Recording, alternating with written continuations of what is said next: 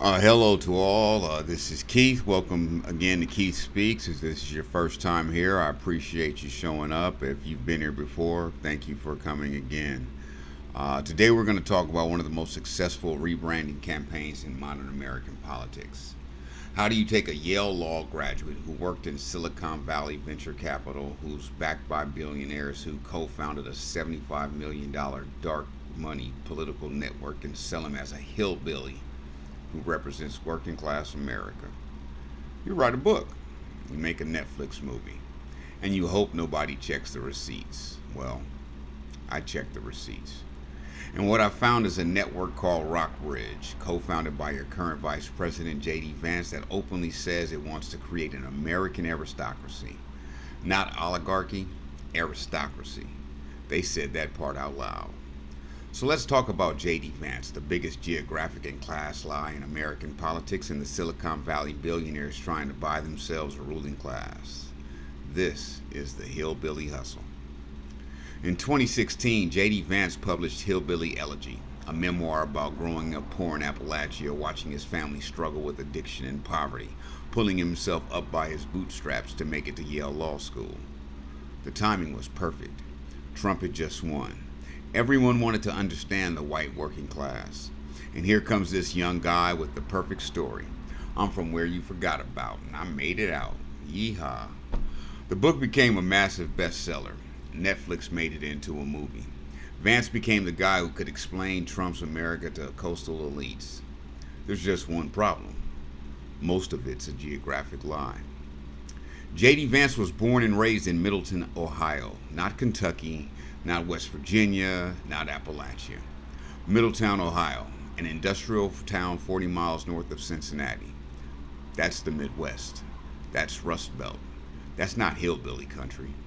Now, he did spend summers with his grandparents in Jackson, Kentucky. Yeah, summers. But even his Yale classmates were surprised by how much he played up the poverty and dysfunction in his book. They said, "We didn't know it was that bad. He didn't talk about it like that when we knew him." Because here's the truth.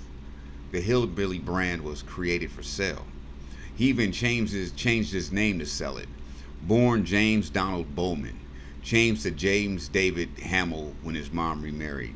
Then changed again to James David Vance, his grandparents' surname, in April 2013, right before graduating from Yale. Even his name is rebranded for political purposes. You know what Middletown, Ohio makes you? Midwestern. Maybe Rust Belt working class if we're being generous. You know what it doesn't make you? A hillbilly from Appalachia. But Midwestern Elegy doesn't sell books. Rust Belt Memoir doesn't get you on the lecture circuit. Hillbilly sells. So that's what he sold. Now let's talk about what J.D. Vance actually did after writing this book about working class struggle. Yale Law School. Graduated 2013. That's where he met his wife, Usha Chilukuri, who clerked for Brett Kavanaugh and then Chief Justice John Roberts before joining the white shoe law firm Munger, Tolles & Olson. Corporate law. Worked at Sidney Austin, clerked for a federal judge. Then he moves to San Francisco to work for Peter Thiel's venture capital firm, Mithril Capital. Then Revolution, Steve Case's venture capital firm, where Vance became a partner. Then in 2019, he starts his own venture capital firm, Naria Capital, and raises $93 million with backing from Peter Thiel, Eric Schmidt, and Mark Andreessen. The same year, he co-founds Rockbridge Network with Chris Buskirk. By 2018, he's bought a $1.4 million home in East Walnut Hills, Cincinnati. He owns over 100 acres of land in Kentucky. So let's review. Yale law degree, corporate lawyer, venture capitalist, millionaire, property owner. But somehow he's still selling himself as the hillbilly who made it out. No, brother. You're the elite who cashed in. Everything in J.D. Vance's career traces back to one man, Peter Thiel. Billionaire, PayPal co-founder, Facebook's first outside investor, right-wing contrarian, and J.D. Vance's mentor, patron, and bankroller. They met when Thiel gave a talk at Yale Law School. Vance wrote later that Peter's talk remains the most significant moment in my life at Yale Law School. Was that Thiel selling? That law school was a waste of time? That the credential rat race was empty? that Silicon Valley was where the real action was, and Vance bought it hard. Here's the pattern. Till gets Vance a job at his venture capital firm, Mithril Capital. Till backs Vance's own venture capital firm, Narya Capital. Till co-founds Rockbridge Network with Vance. Till puts $10 million into a super PAC supporting Vance's Senate run. Till introduces Vance to Trump. When Vance ran for Senate in 2022, Trump endorsed him even though Vance had called himself a never Trump guy in 2016 and said Trump might be America's Hitler. What changed? Peter Thiel made a phone call. Trump said it himself. Like others, J.D. Vance may not have said very nice things about me in the past, but now he gets it. Translation: the billionaire backing him told him to get on board, so he got on board. Now here's where it gets really interesting. In 2019, J.D. Vance and Chris Buskirk co-founded something called the Rockbridge Network. What is it? In their own words, a kind of political venture capital firm. Who funds it? Peter Thiel, Mark Andreessen, David Sachs, Rebecca Mercer.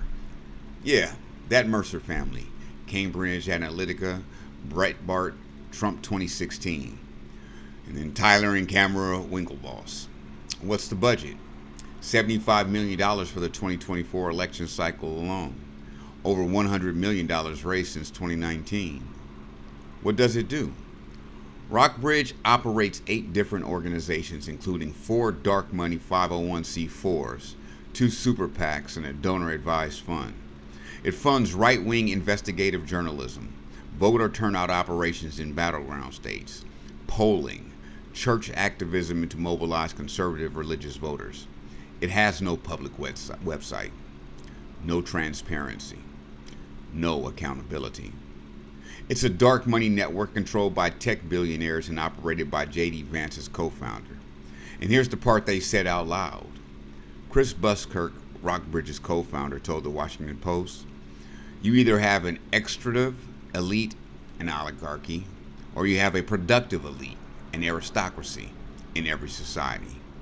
Let me repeat that, an aristocracy. They're not even pretending anymore. They're openly saying they want to create a ruling class. Remember in 2016, J.D. Vance was a never Trump guy. He said Trump might be America's Hitler. He called himself anti-Trump on national television.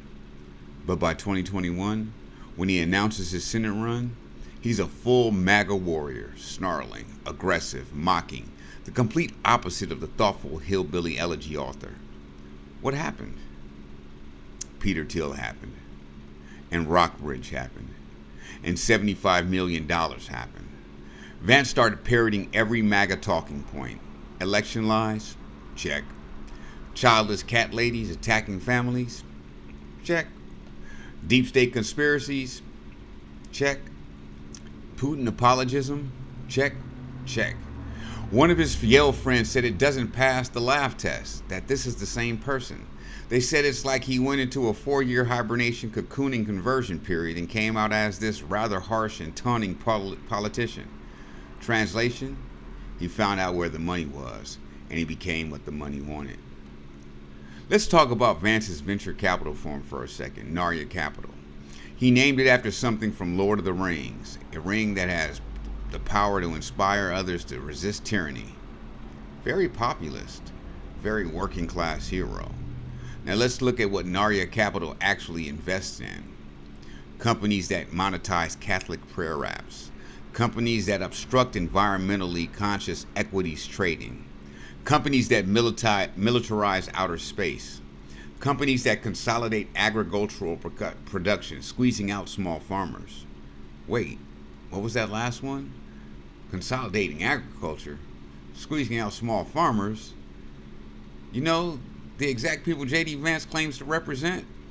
Yeah, his venture capital firm is investing in companies that destroy the economic base of rural America. But sure, tell me again how he's fighting for the working class, the hillbilly. Here's the pattern you see. Step 1. Write a book exploiting working class trauma. Become the voice of forgotten America. 2. Go directly to Silicon Valley billionaire money. Work for Till. Raise $93 million for your own VC firm. Step 3. Co-found a dark money network with tech oligarchs that has no public transparency and operates 8 different political organizations. Step 4. Flip from never Trump again to MAGA warrior the moment the billionaires tell you to. Step 5. Market yourself as a man of the people while living in a $1.4 million house, running venture capital firms and building what your own co-founder calls an aristocracy. Step 6. Get elevated to vice president, giving Silicon Valley billionaires direct access to executive power. See, the hillbilly persona is the package. The Silicon Valley billionaire backing is the product, and Rockbridge is the distribution network, funneling dark money to reshape American politics into what they openly call an aristocracy. This is the same grift we've seen forever. Sell the story of struggling America. Cash checks from the people profiting off of that struggle. Use populism to build power for oligarchs. Call it fighting for the working class. J.D. Vance didn't betray his roots. He never had roots in Appalachia in the first place. He spent summers there. He was raised in industrial Ohio. And the second he got the chance, he went straight to the people with the most money and the most power and said, "What do you need me to say?" They said, "We need you to be the hillbilly who made it." So that's what he sold. But here's what should terrify you. They're not just buying one politician. They're buying infrastructure. Rockbridge isn't about one election. It's about creating a permanent political ecosystem controlled by tech billionaires. They said in their own prospectus, replace the current Republican ecosystem of think tanks, media organizations, and activist groups with better action-oriented, more effective people and institutions that are focused on winning. Translation, we're going to buy the entire Republican Party and replace it with our people. And who are our people? An aristocracy. They said it. Not democracy, not populism, not power to the people. An aristocracy. A ruling class. A permanent elite. And they pick a guy who wrote a book about Appalachian poverty to be their face. That's not irony. That's the strategy. Use the language of populism to build oligarchy. Use the imagery of working class struggle to consolidate billionaire power. Use the forgotten man rhetoric to create an aristocracy. J.D. Vance is not a hillbilly. He's a Yale-educated venture capitalist backed by Silicon Valley billionaires who co-founded a $75 million dark money network that openly says it wants to create an American aristocracy. The hillbilly thing, that's the branding. That's a story he sold to position himself as authentic while doing the exact opposite of what he claims. He's not fighting oligarchy, he's building it. He's not representing working class America, he's packaging their struggles for profit. He's not draining the swamp. He's filling it with tech billionaire money and calling it an aristocracy. Different grift, different rapper, same con. This is Keith. Again, I thank you for sharing time with me here at Keith Speaks, where I air out the BS. Watch the pattern. Follow the money. See the hustle.